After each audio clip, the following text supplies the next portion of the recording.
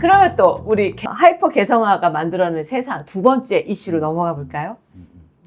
두 번째는 이제 AI 간소화 시장 이렇게.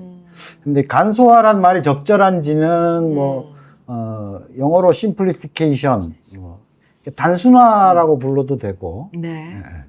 그러니까 AI가 중간에 역할을 해서 인간이 사는 데 필요한 어떤 걸 얻거나 누리거나 하는 데 필요한 여러 절차나 이런 것들을 줄여준다. 예.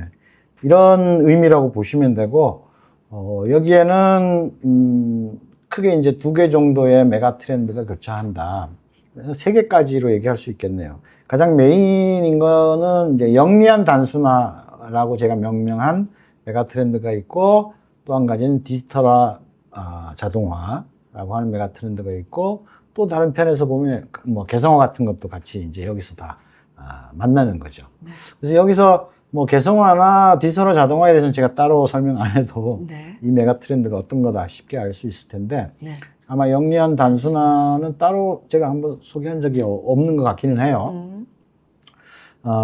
이 영리한 단순화라고 하는 메가 트렌드는 우리 사회가 시간이 지나면 지날수록 변화 속도가 이제 가속이 되고 있잖아요. 네. 네, 계속 빨라지고 있죠. 지금 사실 AI가 등장한 지, AI가 본격적으로 이렇게 사람을 놀라게 한 지는 이제 10년 됐거든요. 그리고 예를 들면 챗GPT가 역사상 가장 빨리 많은 구독자를 모은 앱이라고 알려져 있거든요. 근데 이게 앞으로 나올 앱들은 더 빠를 거야. 엄청. 네. 그러니까 이게 뭔 얘기냐면, 변화 속도가 계속 빨라지는 거예요. 네. 그리고 글로벌화 되면서 이 세계에 참가하는 게임 참가자가, 예전에는 예를 들어서 어떤 경제가 성장할 때 선진국 리그들이 중심으로 쭉 나머지 따라가고 이런 식인데, 지금은 디지털로 동시화된 세계니까 80억이 게임에 참여한 거죠. 그래서 우리가 변화의 속도가 빠르죠. 참여자 많아졌죠. 그러니까 여기서 일어나는 복잡성의 증가가 어마어마한 거예요. 그리고 사실 생각해보면 지금 AI가 새로운 걸 쫙 내놓으면 그게 막 생산성 높여주고 소비를 쉽게 한다고 하지만, 익숙하지 않은 세대는 그것도 공부해야 되고, 그 써야 되고, 안 하면 생산성 격차가 너무 일어나고, 이런 일들이 일어나는 거예요. 한마디로 말해서 복잡성의 심화. 그래서 사람들 사이에 이 복잡성을 회피해서 이걸 단순화시켜서 줬으면 좋겠다. 네. 그게 이제 사람들의 욕망으로 만들어져서 나온 게 영리한 단순화라고 하는 메가 트렌드고, 이 메가 트렌드의 가장 큰 특징은 내 문제를 누구든 와서 해결해 줘. 그래서 기존에는 예를 들어서 금융과 관련된 건 금융산업에 가야 되고, 뭐 자동차는 자동차 산업에 가고, 뭐 다 이랬잖아요. 근데 내 문제라는 관점에서 보면 그 장르가 의미가 없잖아. 그러니까 내가 지금 자동차를 필요로 하는데 거기에 금융 문제도 있고 뭐 있으면 다 해결해 주는 게 문제 중심 사회로의 변화를 끌고 가는 게 영리한 단순화라고 하는 메가 트렌드다. 네. 네, 이렇게 이해하시면 되고. 네. 영리한 단순화 메가 트렌드가 교차되면서 AI 간소화 시장이 만들어지는 말씀을 주셨는데, 이 AI 간소화라는 게 어떤 방향의 어떤 내용들 위주로 가신다는 얘기일까요? 영리한 단순화가 해결하는 문제들이 되게 이제 크게 세 가지 정도가 있어요. 하나는 시간. 그러니까 시간을 줄여주는, 예를 들어서 뭐 전통적인 거 뭐 이런 거죠. 이런 것들을 줄여주니까 네. 내 삶이 그만큼 간소화되고 네. 단순화될 네. 수가 있는 거죠. 네. 그래야 삶에 여유가 생기니까. 네. 그래서 시간을 줄여주는 것이 굉장히 중요한 간소화의 방향이고, 네. 지금 AI가 등장하면서 예를 들면 뭐 조사를 해보면 그런 것들이 많이 나온다 그래요. 이제 챗GPT를 도입한 회사들이 문서 작업에 걸리는 시간을 한 40% 정도 단축해줬다. 네. 네. 뭐 이 얘기가 말하자면 이제 시간을 줄여주는 역할들을 해주는 거죠. 시간을 활용해서 간소화시켜주는 게 두 개가 있어요. 하나는 절시, 시간을 절약해 주는 거야. 네. 또 하나는 활시, 시간을 활성화시켜 주는 거예요. 죽은 시간. 예를 들어서 화장실에 앉아있는 시간, 지하철 타고 출근하는 1시간, 이런 시간은 그다지 나한테 유용하거나 쓸모있는 시간이 아니란 말이에요. 근데 그 시간을 활성화시켜 줄 수 있다면 그것 역시 시간을 통한 삶의 단순화, 네. 간소화의 한 역할들이. 그래서 네. 예전에 나왔던 것도 그런 게 있었죠. 왜 그 빵집에 인기 빵집에 사람들이 줄 서서 기다려야 돼. 그런데 대기 줄 옆에 빵 만드는 그 과정을 투명하게 볼 수 있는 걸 설치를 해서 그 기다리는 시간이 전혀 지루하지 않게 만들어주는 이런 것들이 말하자면 활시인 거죠. 거죠. 네. 네. 그래서 지금 AI 간소화 쪽에서 AI가 고민해야 될 요소 중에 하나는 뭐냐면 아까 얘기한 것처럼 문서 만드는 시간을 40% 줄여줬어. 근데 요즘 소비자나 시민들은 그 작업 자체의 시간을 줄여주는 것만으로는 뭔가 만족이 안 돼. 왜냐하면 그거 줄여서 뭐 했냐? 딴 거 하고 더 바빠. 총체적으로 소비자의 시간을 절약해 줬는가의 관점에서 앞으로는 더 접근을 해볼 필요가 있다. 그러니까 그래서 그런 게 하나 있고 활시 쪽은 할 수 있는 일들이 앞으로 훨씬 더 많을 거라고 봅니다. 죽은 시간이 의외로 많거든요, 우리가. 맞아요. 정작 집중하는 시간 하루에 몇 시간 안 되고 나머지는 다 죽어 있는데 네. 예를 들면 쉴 때조차도 그 쉬는 걸 더 잘하게 추천해 주면 네. 더 잘할 수 있는 방법들을 알려주고 또 그렇게 해주면 활시에 해당된다. 그래서 AI 간소화라고 하는 이 마켓에서 절시 쪽이 하나 있고 활시 쪽이 있고 이렇게 시장들을 나눠서 생각해 보면 좋겠다. 그럼 간소화 반영이 시간 쪽으로만 있는 거예요? 다른 영역은 없어요? 그다음에 이제 공간. 네. 공간은 대표적인 게 스마트홈 네, 네, 같은 네. 것들이죠. 네, 네. 근데 크게 이제 보면 거주 혹은 작업 공간들을 네. 어떻게 효과적으로 활용하고 쓰는데 AI가 기여할 것이냐. 그 다음에 이동과 관련된 부분들. 그래서 이제 지금 대중교통에도 AI가 개입해서 네.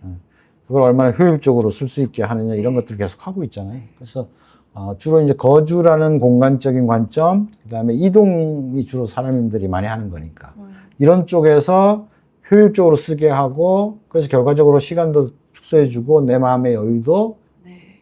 늘려주는 그런 것들이 이제 AI 간소화 마켓에 해당되는 거고. 네. 마지막으로는 이제 절차죠. 어떤 일을 하는데 들어가는 어떤 그 시간적 절차, 과정적 절차. 그래서 아직 한국은 통합까지는 와 있지는 않지만 아마 그런 게 큰 이슈가 될 거라고 봅니다. 그러니까 사적으로 필요한 여러 가지 기능들과 그다음에 정부에서 해주는 뭐 복지라든지 뭐 이런 여러 가지 것들이 하나의 통합 앱으로 들어가서 거기서 결제도 가능한데 예를 들면 주민등록증도 뗄 수 있고 이런 식의 그러니까 내가 어떤 일을 하는데 필요한 절차를 AI를 통해서 대폭 간소화해 주는. 그러니까 간소화라고 하는 거는 복잡성이 심화하고 같이 가는 건데 필연성은 어디에 있냐? 복잡성이 심화해 있다.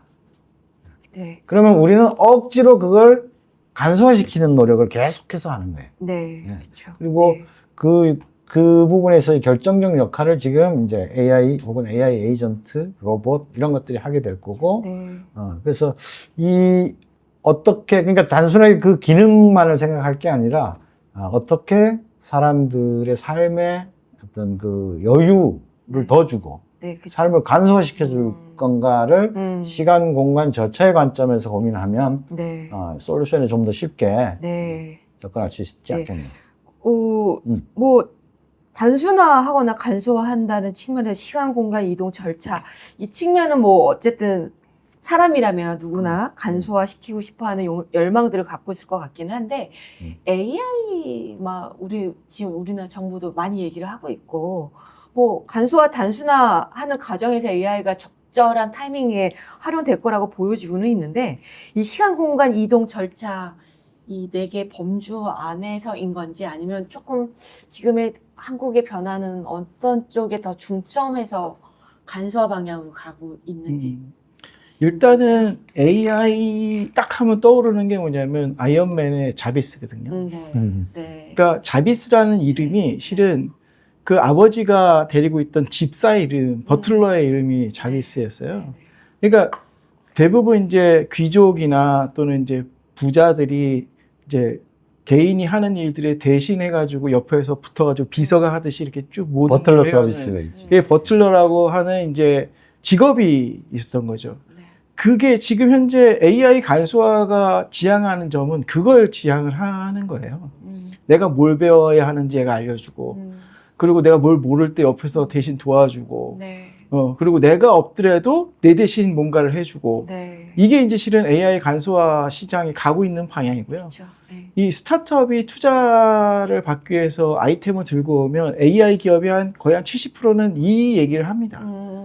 저희가 이런 시간을 줄여줄 수 있습니다. 비용을 줄여줄 수 있습니다. 노동. 사람을 줄여줄 수 있습니다. 네. 단계를 줄여줄 수 있습니다. 이런 것들이 대부분이고요. 또 이제 여기서 이제 한 단계를 더 넘어가면 이제 버틀러처럼 내가 공부하지 않아도 동일한 일을 할 수 있습니다. 네.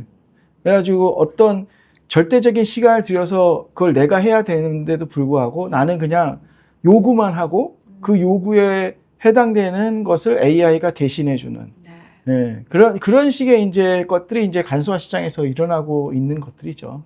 정부에서 지금 얘기하고 있는 것들도 이제 전자정부 시스템이라는 게 우리나라가 이제 세계적으로 제일 잘 갖춰져 있는 나라인데 너무 많아요. 요번에 불나가지고서는 중단된 서비스가 몇백 개잖아요.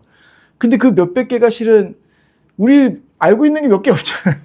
대부분 모르고 있는 시스템이고, 그리고 이 보건복지부 산하에 복지 시스템만 해도 몇십 개거든요.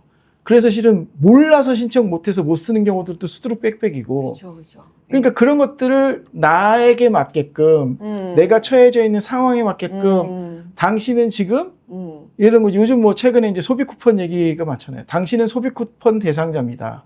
근데 지금은 어떻게 돼 있냐면 그냥 다 뿌려요. 똑같은 거를.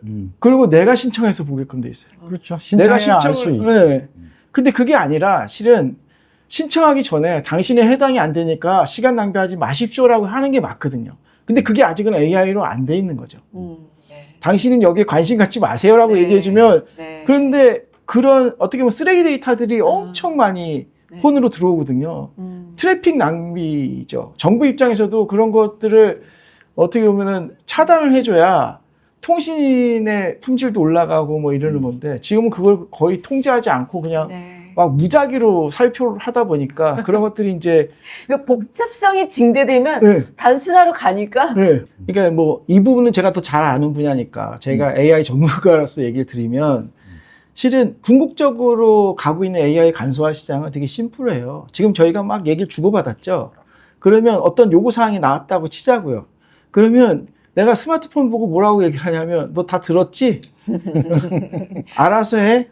하면 얘가 네. 거기에 관련된 걸 쭉 찾아서 네. 개인의 그 지금 문제, 이 해결해야 될 문제를 지금 방금 전에 해결해서 제가 처리했습니다라고 통보만 해주는 또는 그 처리하기 전에 할까요? 라고 이제 주인의 권한을 왜냐하면 책임을 져야 되니까 주인한테 물어보는 요 정도까지를 가는 게 AI 간소화 시장의 이제 목표가 될 거예요. 그게 유토피아적 비전이라고 생각 안 하고 충분히 갈 수 있다라고 지금 목표를 갖고 있는 거죠. 그렇죠. 네. 지금은 그게 기술적으로 안 되는 게 아니고요. 네. 기술적으로는 거의 다 와 있어요. 네. 단지 뭐 때문에 안 되냐면 법적인 규제 때문에.